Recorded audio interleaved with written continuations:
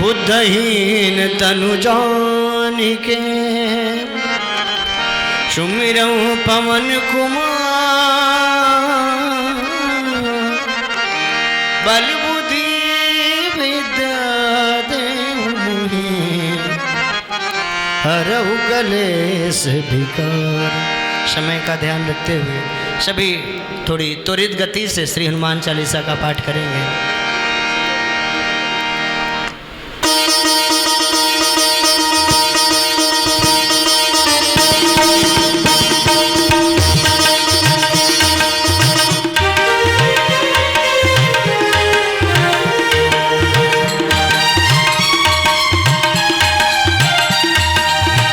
जय हनुमान ज्ञान गुण सागर जय कपीस तिहु लोक उजागर। राम दूत अतुलित बल धामा अंजनी पुत्र पवन सुत नामा। महावीर विक्रम बजरंगी कुमति निवार सुमति के संगी। कंचन बरन विराज सुबेसा कानन कुंडल कुंचित केसा। हाथ वज्र और ध्वजा विराजे कांधे मोज जनेऊ साजे। शंकर सुवन केसरी नंदन तेज प्रताप महाजगवंदन। विद्यावान गुणी अति चातुर राम काज करिबे को आतुर। प्रभु चरित्र सुनबे को रसिया राम लखन सीता बसिया। सूक्ष्म रूप धरि सिए दिखावा विकट रूप धरि लंक जरावा। भीम रूप धरि असुर संहारे रामचंद्र जी के काज संवारे। लाय सजीवन लखन जियाए श्री रघुवीर हरषि उर लाए। रघुपति की नहीं बहुत बड़ाई तुम मम प्रिय भरत ही समभाई। सहस बदन तुम रोजस गावे अस कहीं श्रीपति कंठ लगावे। शनकादिक ब्रह्मादि मुनीसा नारद सारद सहित अहिसा। यम कुबेर दिखपाल चाहते कभी गोविंद कहीं सके कहाँ थे। तुम उपकार सुग्रीव ही कीना राम मिलाए राजपद दीना।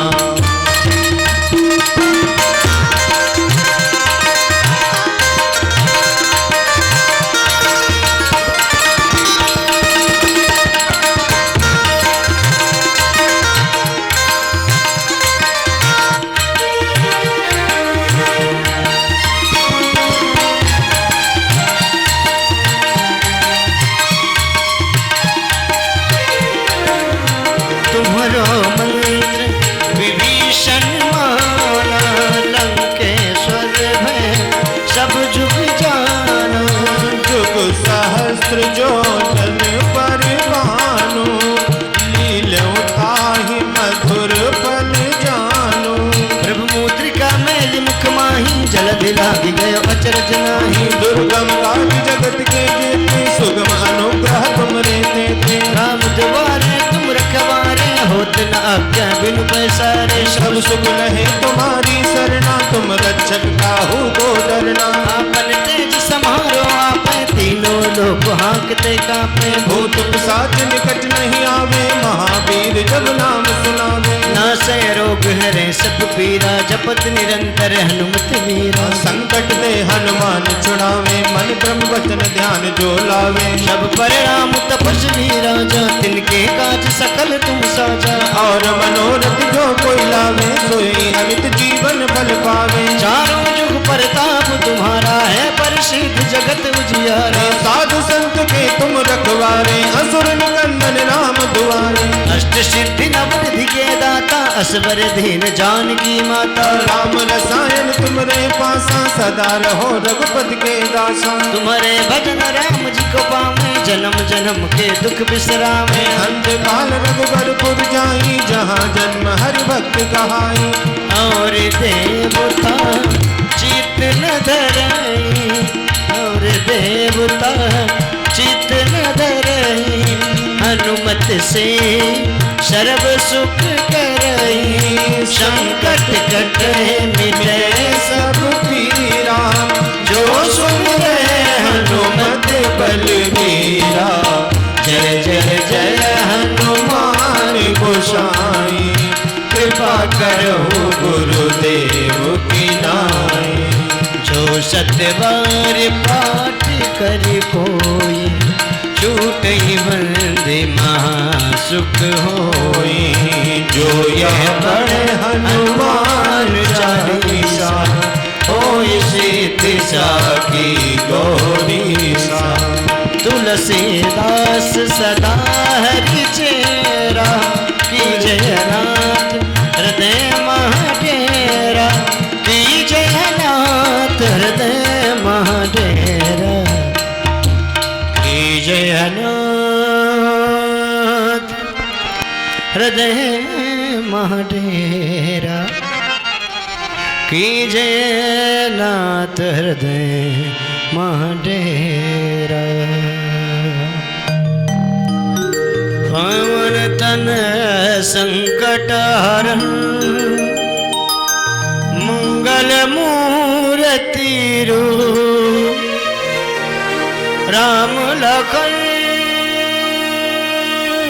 सीता सहित हृदय बसहु सुर। श्री हनुमान जी महाराज की जय, श्री व्यास जी महाराज की जय हो। श्रीमद् भागवत महापुराण की जय हो। श्री ललिता माता की जय हो। जय जय श्री सीताराम। सभी भक्तजन भाव से अपना अपना स्थान ग्रहण करके पावन श्री कथा में प्रवेश लें। पूज्य श्री व्यास जी महाराज मंच पर विराजमान हैं। हम सभी नित्य प्रति की भांति आज भी इस कथा को सुनकर अपने जीवन को कृतकृत्य करें। आइए भाव से सभी इस कथा में प्रवेश लें। श्री महाराज जी। श्री राम, श्री सीताराम, हरि शरणम।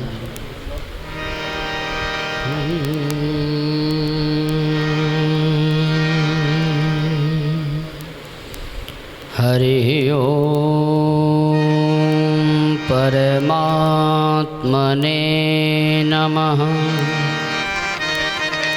श्री कुंज विहारिणे नमः।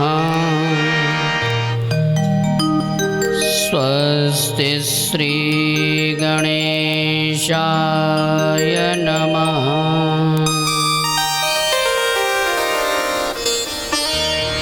वंशी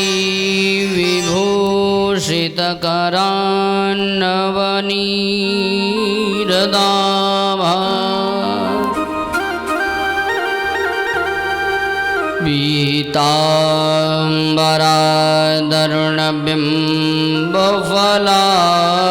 पीताम्बरादरुणबिम्बफलाधरोष्ठा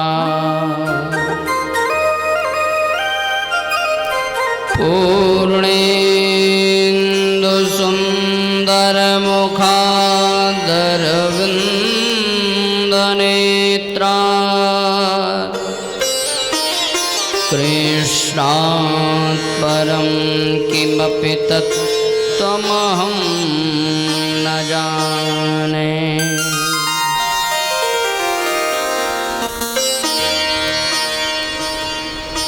या देवी सर्वभूतेषु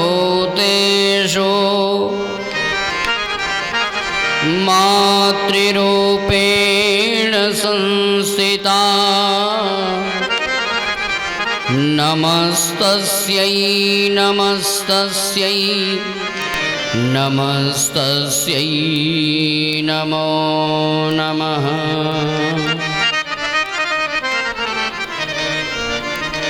गिरा अरतजलवीचिसम कैयत भिन्न न भिन्न बंदौ सीताराम पद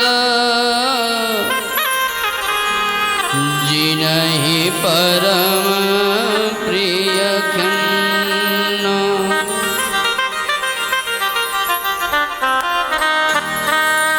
जिनकी सेवा भक्ति सो मुदित भय श्री राम ऐसे श्री हनुमंत को बारंबार प्रणाम। बोलिए संत बलवंत हनुमंत लाल जी महाराज की, ललिता मैया की, नैमिष धाम की, संत समाज की, भागवत भगवान की जय जय श्री राधे श्याम।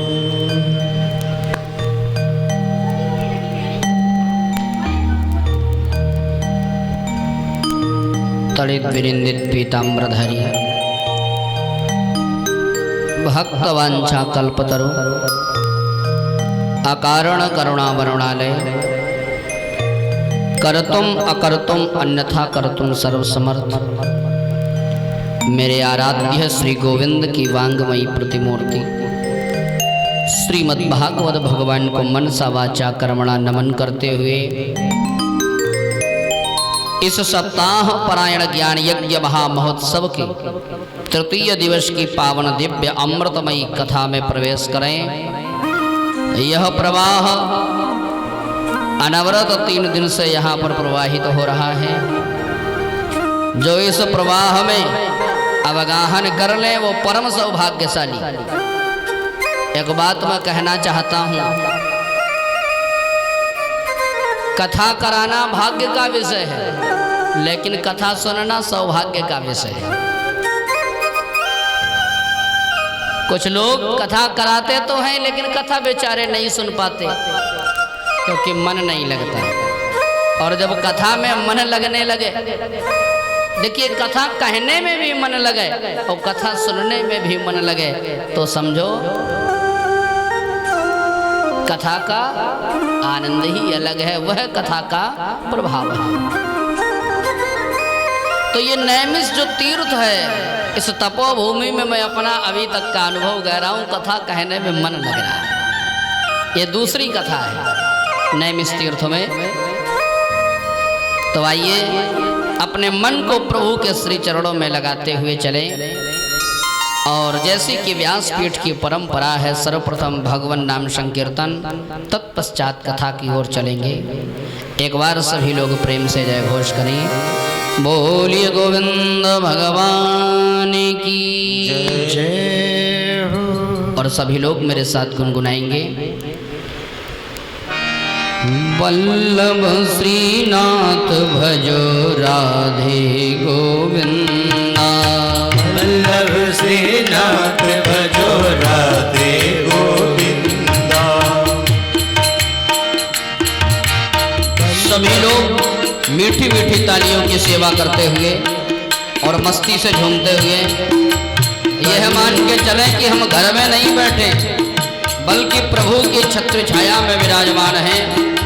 माँ की पावन गोद में विराजमान होकर के हम कथा का आनंद ले रहे हैं।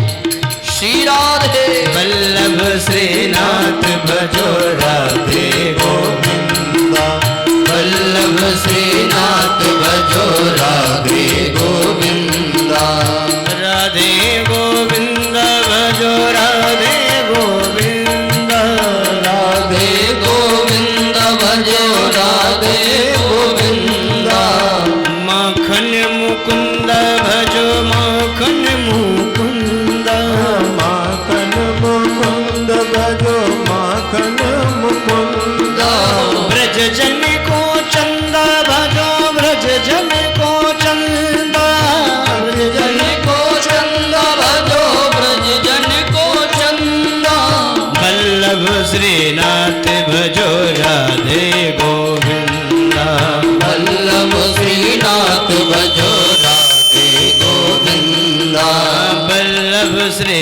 श्रीनाथ भजो राधे गोविंदा। वल्लभ श्रीनाथ भजो राधे गोविंदा। वल्लभ श्रीनाथ भजो राधे गोविंदा। वल्लभ श्रीनाथ भजो राधे गोविंदा। श्री राधे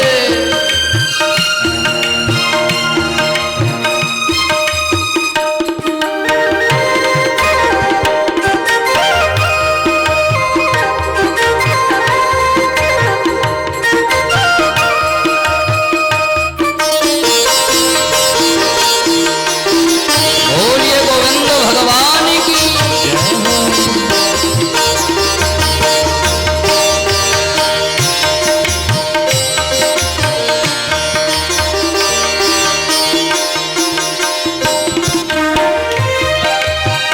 राधे गोविंद भजो राधे गोविंद। राधे गोविंद भजो राधे गोविंद। राधे गोविंद भजो राधे गोविंद। राधे गोविंद भजो राधे गोविंद। राधे गोविंद भजो राधे गोविंद। राधे गोविंद भजो राधे गोविंद। राधे गोविंद भजो राधे गोविंद। राधे गोविंद भजो राधे गोविंद। राधे गोविंद भजो राधे गोविंद। राधे गोविंद भजो राधे गोविंद।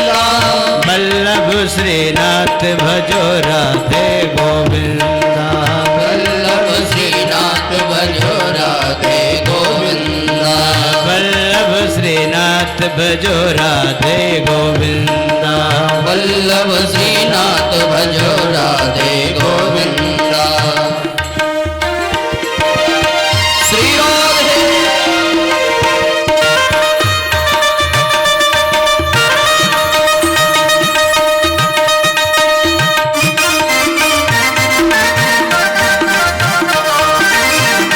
जय हो।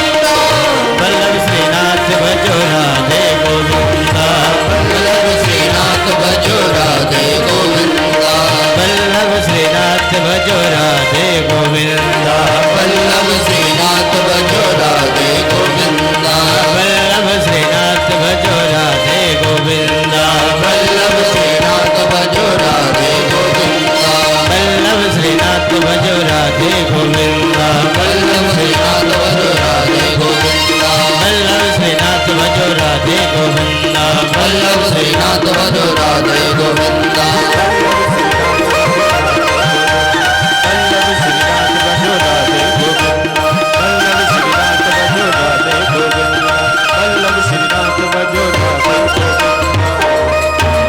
बोलिए गोविंद भगवान की जय जय जय श्री राधे।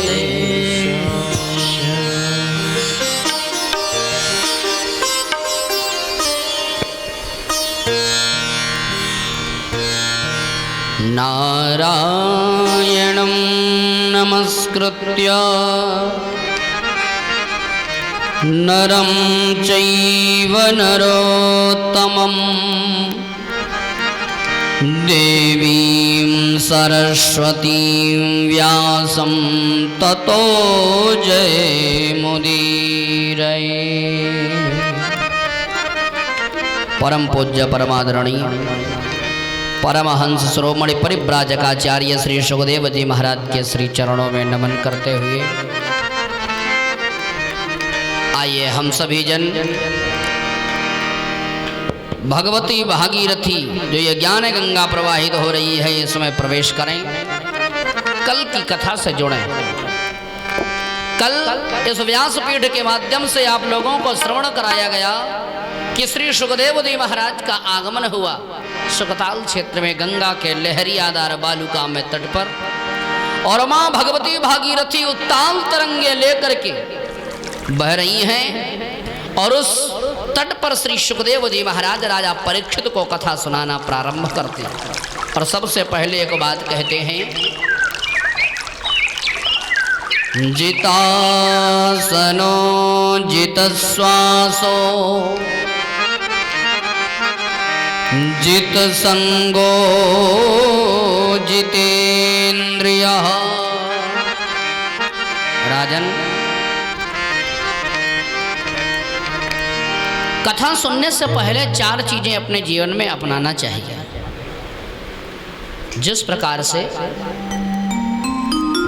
वेदांत में अनुबंध चतुष्टय होता है, अधिकारी, संबंध, विषय और प्रयोजन, उसी तरीके से श्रीमद् भागवत भगवान के कथा प्रांगण में जाएं तो 4 चीजें हम अपने जीवन में अपनाएं। सबसे पहले क्या? जितासनो, आसन जित हो जाए। आसन जित का मतलब यहाँ पर शरीर से कोई लेना देना नहीं है। शरीर तो यहाँ पर उपस्थित है, लेकिन अब मन यहाँ है कि नहीं। पता चले शरीर तो यहाँ है लेकिन मन गोमती के किनारे भ्रमण कर रहा है। मन कालीपीठ चौराहे पे भ्रमण कर रहा है, तो फिर काम नहीं चलेगा। शरीर भी यहाँ और मन भी यहाँ रहे तब आनंद आएगा। तो जो आसन की बात कही, ये मन के आसन की बात कही। मन स्थिर करके कथा सुने। पूरी भागवत में मन को ही बार बार समझाया जाता है। ये मन है जो ना, ये बड़ा विचित्र है। और जैसे ही मन इधर उधर भागने लगे, वैसे संयम रूपी कोड़े इस पर पड़ने चाहिए। महाराज श्री कहते हैं, एक राजा ने एक बकरा पाल रखा था। बड़े ध्यान से सुनिएगा। और राजा ने यह अपने राज्य में घोषणा करी कि जो मेरे बकरे को तृप्त कर देगा उसे मैं आधा राज्य दे दूंगा। अब तो बात आई और सभी लोगों ने इस बात को सुना और होड़ सी लग गई कि अब हम इनके बकरे को तृप्त करेंगे। कोई कहता हम तृप्त करेंगे, हमको आधा राज्य मिल जाए। ऐसी पूरी प्रजा में यह बात फैल गई। महाराज, समय धीरे धीरे व्यतीत हुआ, लेकिन राजा ने एक शर्त रखी थी। शर्त यह रखी थी कि जो भी बकरे को तृप्त नहीं कर पाएगा उसे कारागार में डाल दिया जाएगा, उसे कारावास दिया जाएगा। महाराज कहते हैं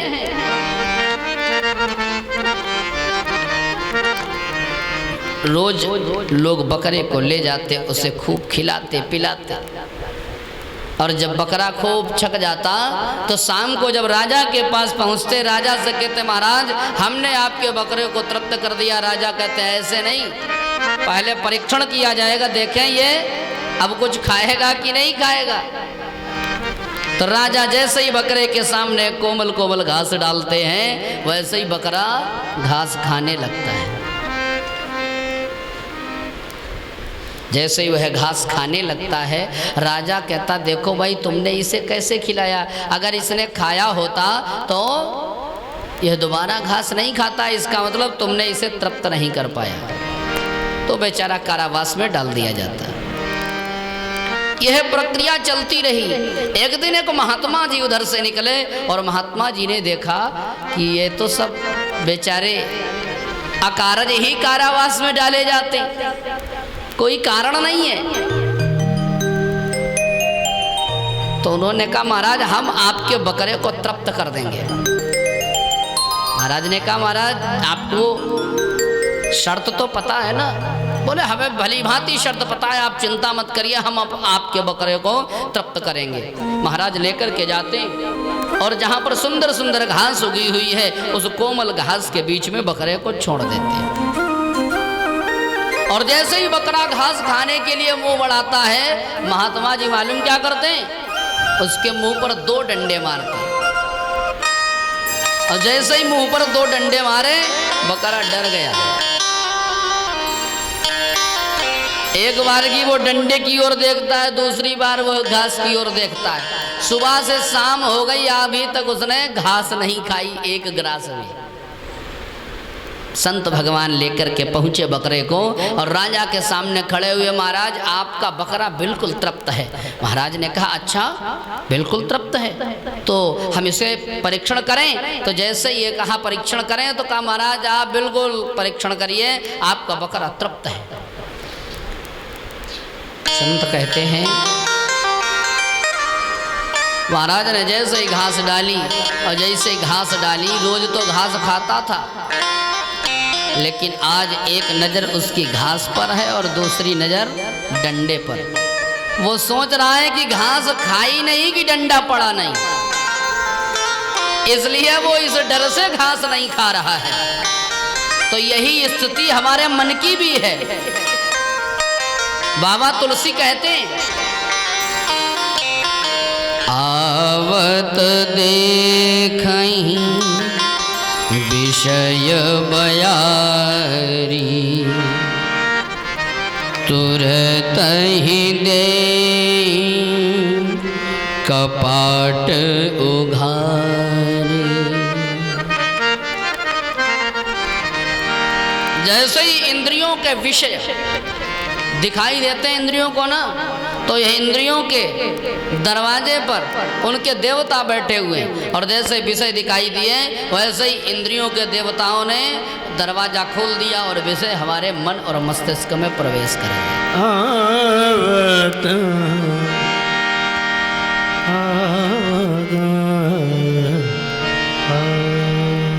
महाराज।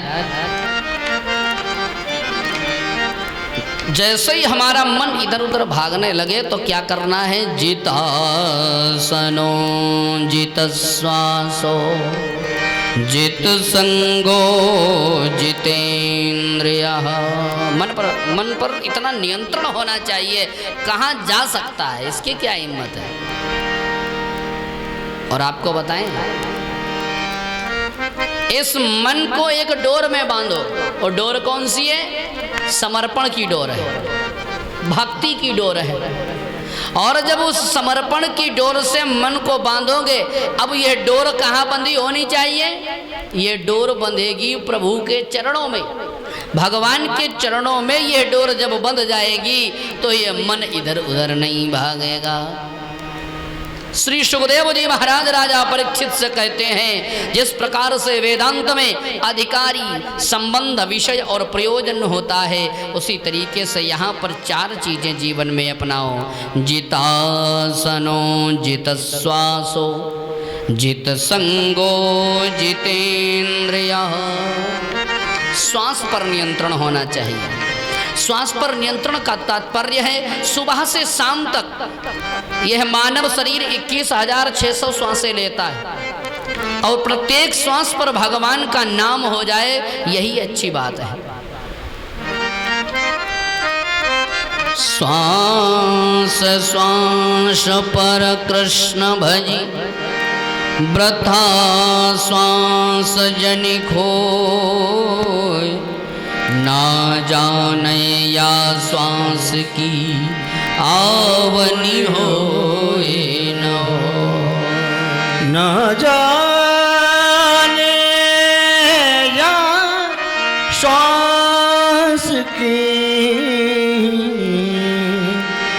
आवनी हो न हो। संग हमारा अच्छा होना चाहिए। इसके बाद नंबर आता जितेंद्रिय। हमें अपने कानों पर नियंत्रण होना चाहिए, आंखों पर नियंत्रण होना चाहिए। जितनी भी इंद्रियां हैं, इन सब पर थोड़ा सा नियंत्रण रहेगा तो कथा में मन लगेगा, क्योंकि कथा एक चलती हुई ट्रेन है। अब यहाँ अगर आप बातें करेंगे तो फिर कथा तो निकल जाएगी, इसलिए प्लेटफॉर्म पर राइट टाइम रहना चाहिए। वो एक अलग बात है, कुछ लोग कहते हैं महाराज हम रिकॉर्ड कर लेंगे बाद में सुन लेंगे। अब आजकल तो ये भी बड़ी समस्या, लेकिन फिर भी लाइव जितना सुनेंगे ना सामने बैठ करके, उतना फल है और उतना आनंद है।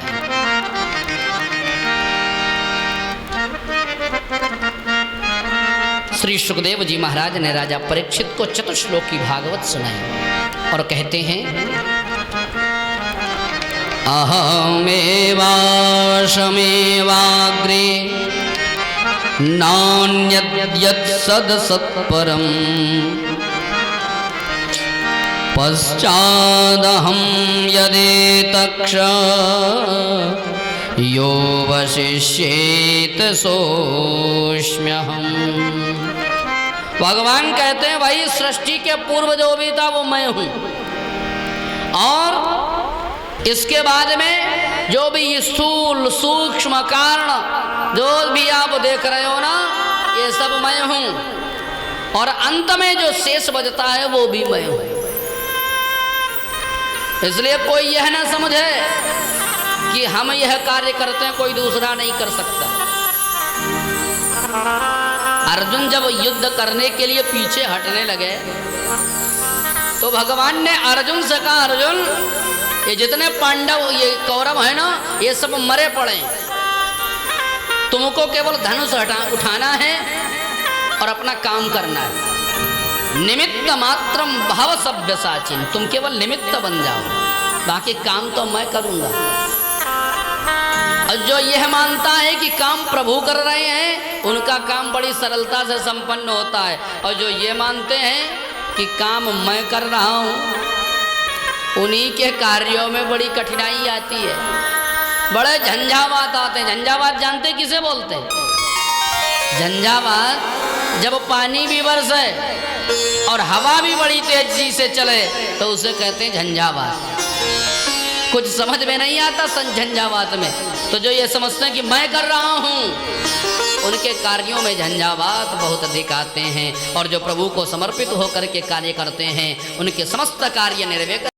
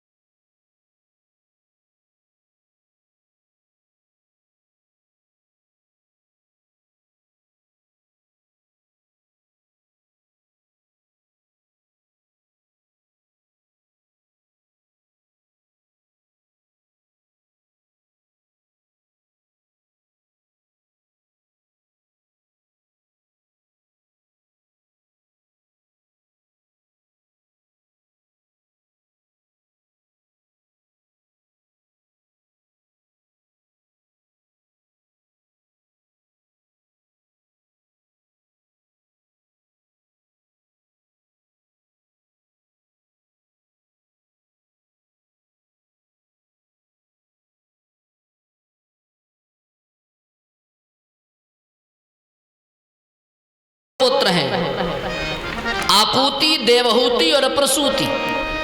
आकुति का विवाह रुचि प्रजापति के साथ पुत्रिका धर्म के अनुसार किया गया। अब यह पुत्रिका धर्म क्या है?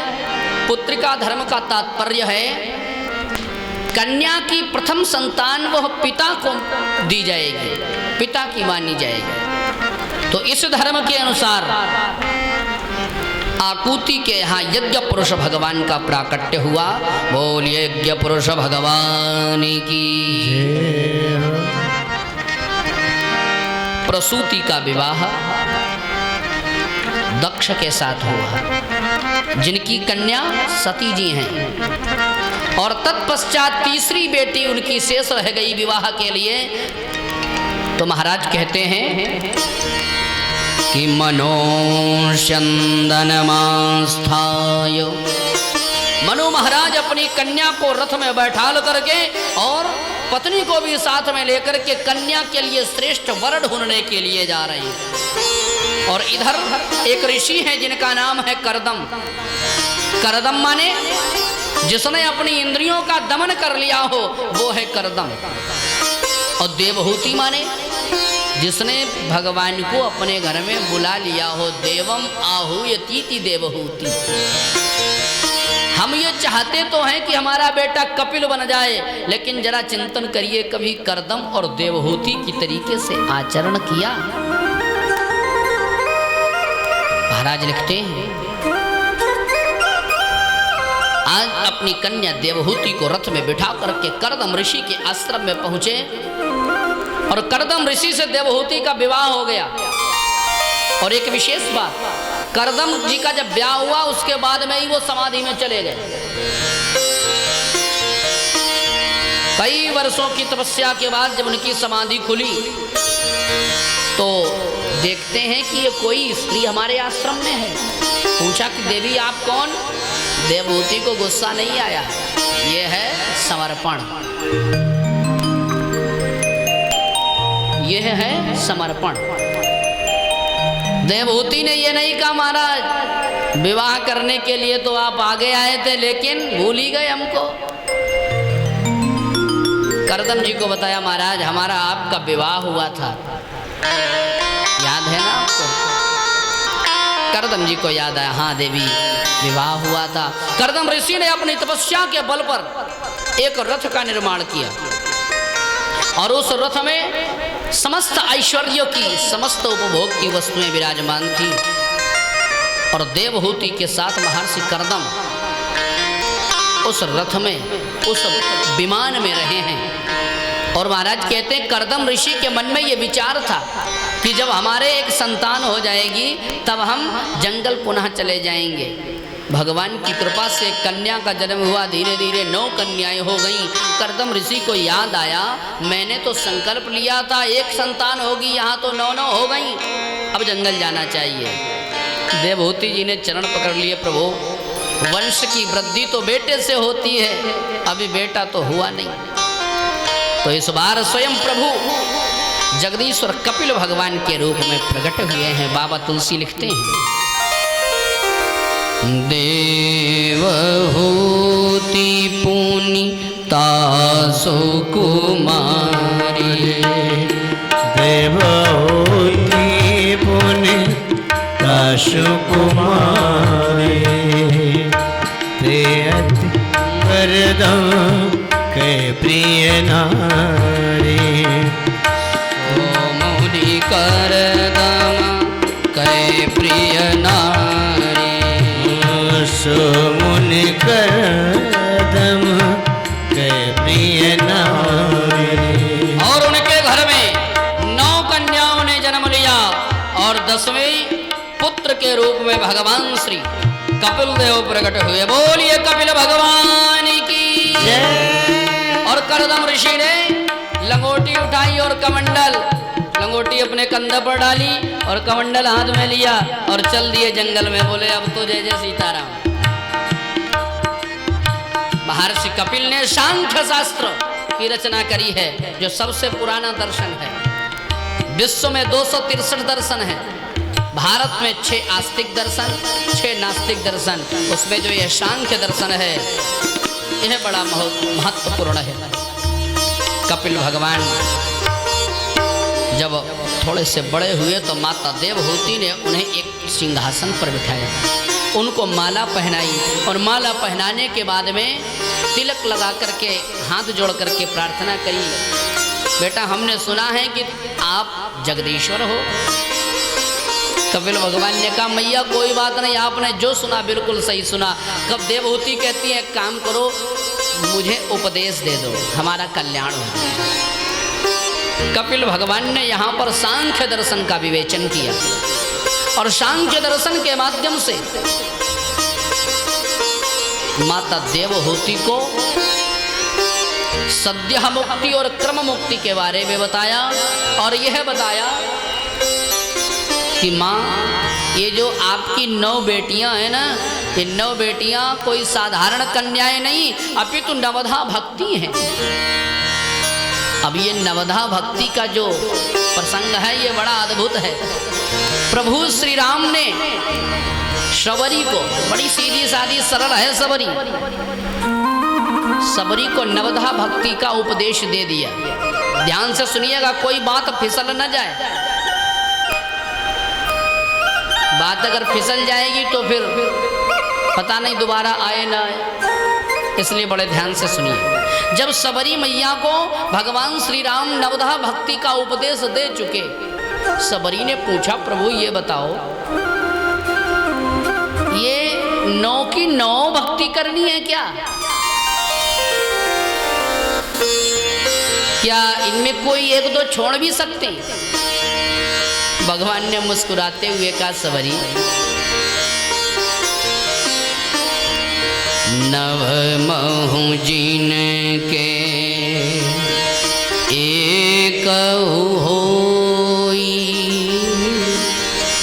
नारी पुरुष सचराचर जो। क्या बात है? तो 9 में से अगर किसी के एक भी होती है तो उसका कल्याण हो जाता है। अब भैया 9 में से कौन सी एक? संतों का सत्संग करें कि श्रवणम कथा सुने कि गुरु की सेवा करें कि जप करें, मंत्र जाप मम दृढ़ विश्वासा, कौन सी भक्ति करें?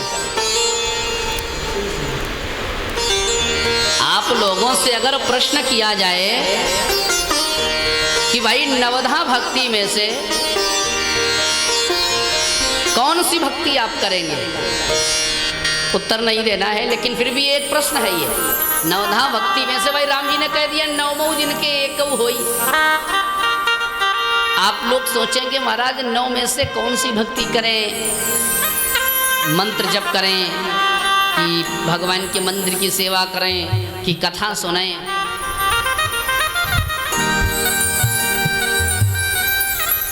यह मन में विचार आएगा एक क्षण के लिए, लेकिन हमारे पूज्यपाद बाबा श्री गोस्वामी तुलसीदास जी ने बड़ा अच्छा विवेचन किया।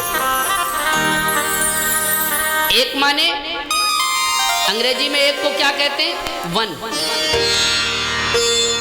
और संस्कृत में भी क्या कहते हैं उसको? एक को प्रथम। क्या कहते हैं? प्रथम। नीचे लिखते हैं कि नव महु जिन के एक हो। मानो राम जी ये कहना चाहते हैं कि अगर आप और हम सब मिलकर के इन 9 भक्तियों में से एक भक्ति, 1 नंबर की भक्ति कौन है बोलो भाई? बाबा तुलसी ने लिखा प्रथम भगति संतन कर संगा, प्रथम भगति संतन कर संगा, प्रथम भगति संतन कर संगा, प्रथम भगति संतन कर संगा, संतन कर संगा। तो मानो राम जी कहना चाहते हैं कि उन 9 में से जो एक है कौन?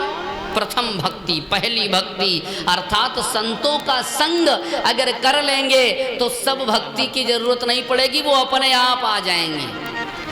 क्यों? जब संतों का संग करेंगे तो कभी तो संत बोलेंगे कथा हो जाएगी, क्योंकि संत जब भी बोलते हैं तो कथा ही बोलते हैं। तो संतों का संग करेंगे तो कथा भी सुनेंगे, वो आपको दीक्षा देंगे तो आप मंत्र जाप भी करेंगे, भगवान के चरणों में दृढ़ प्रेम भी हो जाएगा। तो प्रथम जो भक्ति है, सबरी मैया से राम जी ने यही कहा कि पहली भक्ति अगर जीवन में उतर जाएगी तो आनंद आ जाएगा। जिसने संतों का किया सत्संग है, जिसने संतों का किया सत्संग है, उसको हर घड़ी आनंद ही आनंद है, उसको हर घड़ी आनंद ही आनंद है। जिसने संतों का जिसने संतों का किया सत्संग है, उसको हर घड़ी आनंद ही आनंद है, उसे हर घड़ी आनंद ही आनंद है।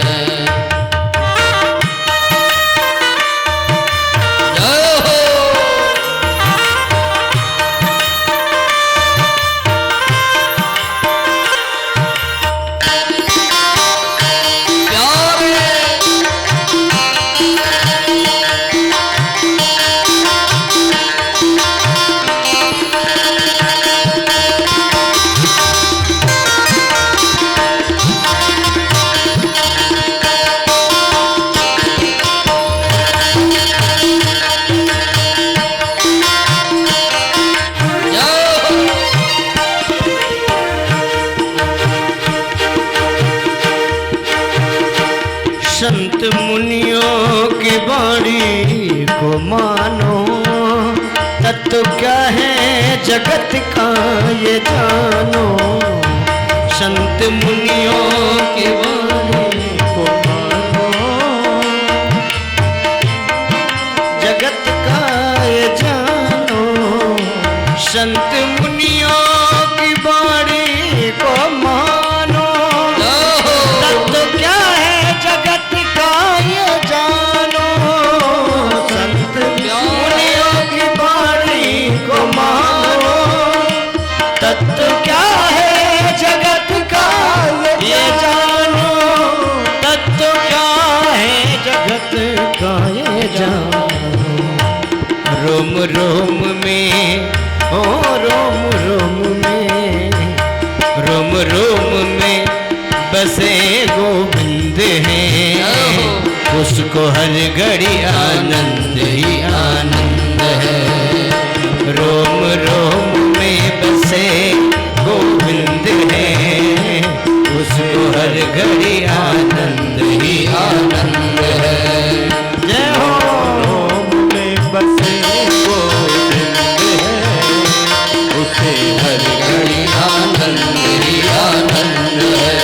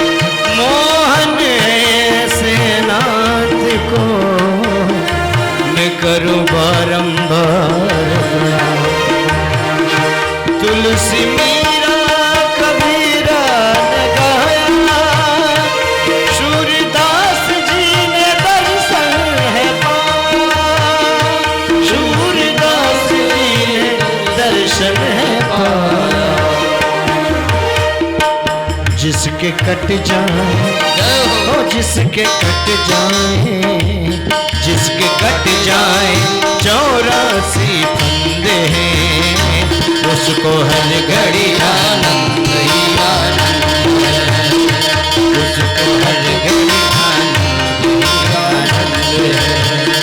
जिसने संतों का, ओ जिसने संतों का, जिसने संतों का किया सत्संग है, उसको हर घड़ी आनंद ही आनंद है, उसको हर घड़ी आनंद ही आनंद है, उसको हर घड़ी आनंद ही आनंद है, उसको हर घड़ी आनंद ही आनंद है, उसको हर घड़ी आनंद ही आनंद। बोलिए संत भगवान की जय। कपिल भगवान ने अपनी मैया देवहूति को सदज्ञान दिया और सदज्ञान देने के पश्चात गंगा सागर में जाकर के अपना स्थान आश्रम बनाते हैं। और तृतीय स्कंद की कथा में श्री सुखदेव जी महाराज ने उद्धव और विदुर का मिलन करवाया।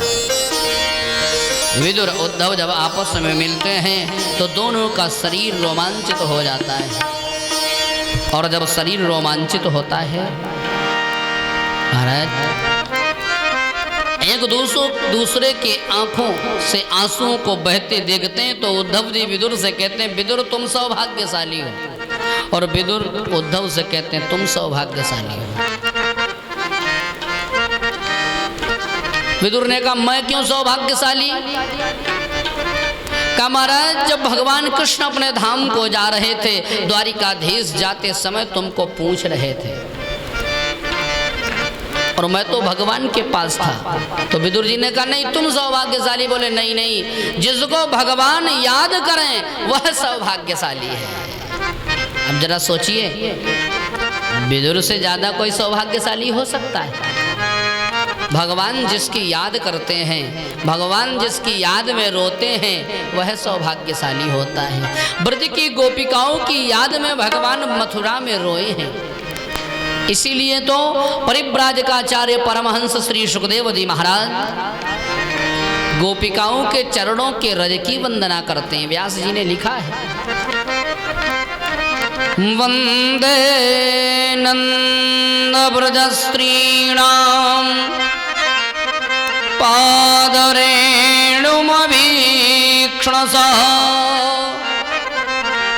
तासां हरिकथोदगीतं पुनाति भुवनत्रयम्।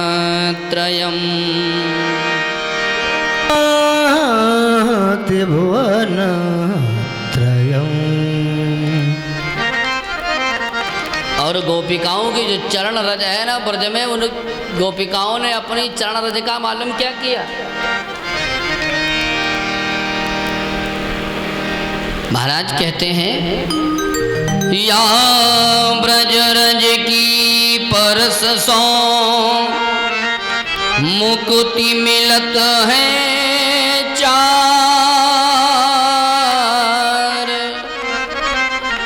वारज को नित गोपिका डारत डगर बुहार। वारज को नित गोपिका डारत रजत निहार। धन्य है वह ब्रजमंडल की गोपिकाएं। श्री सुखदेव जी महाराज राजा परीक्षित से कहते हैं राजन, तृतीय स्कंद की कथा को विराम करके अब मैं चौथे स्कंद की कथा में प्रवेश कर रहा हूं। यह चतुर्थ स्कंद व्यक्ति के जीवन को कितना जरूरी है व्यक्ति के लिए यह समझना आवश्यक है। इस चतुर्थ स्कंद में 31 अध्याय हैं और उन 31 अध्यायों में पहले के जो 7 अध्याय हैं उनमें भगवान शंकर की कथा आती है, और बाद के जो 5 अध्याय हैं उनमें ध्रुव की कथा आती है। उसके बाद के जो 11 अध्याय हैं उनमें पुरंजन की कथा आती है, और उसके बाद के जो 8 अध्याय हैं उनमें सगुण मुक्ति और निर्गुण मुक्ति की कथा आती है। श्री सुखदेव जी राजा परीक्षित से कहते हैं ये जो शंकर जी की कथा है ये धर्म की कथा है, ध्रुव की जो कथा है ये अर्थ की कथा है, और पुरंजन की जो 11 अध्यायों में कथा वर्णित है यह काम की कथा है, और जो अंत में 8 अध्यायों में वो मोक्ष का वर्णन किया गया। महाराज काम का तात्पर्य है पुरंजन का चरित्र जिसने अच्छी तरीके से श्रवण कर लिया। मानो पुरंजन की कथा के माध्यम से सुखदेव जी बताना चाहते हैं इस शरीर में 5 कर्मेंद्रियां, 5 ज्ञानेंद्रियां और 11वें मन के सहयोग से काम की उत्पत्ति होती है। इसलिए पुरंजनोपाख्यान के 11 अध्यायों को अपने जीवन में उतारने का प्रयास करें। प्रभु भगवान शंकर को एक बार दक्ष ने अपमान कर दिया। ये दक्ष भी बड़ा विचित्र भगवान शंकर के गणों में से एक आता है, और दक्ष उस समय प्रजापति बनाए गए, और नए नए प्रजापति जब किसी को नया नया पद मिल जाए, जिम्मेदारी मिल जाए, तो उसका दिमाग तो 7वें आसमान पर हो जाता है। दक्ष प्रदेश भयउ तेहि काला।